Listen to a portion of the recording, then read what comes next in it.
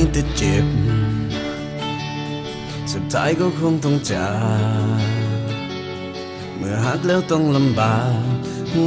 วใจก็อย่าฝืนเมื่อจะมีคนใหม่ในใจจะมีคนอื่นก็จงอย่าฝืนหัวใจตัวเองเลยอย่าไปเกรงใจกันให้มันหนักใจเลย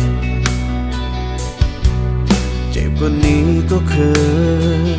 ผ่านมาแล้ว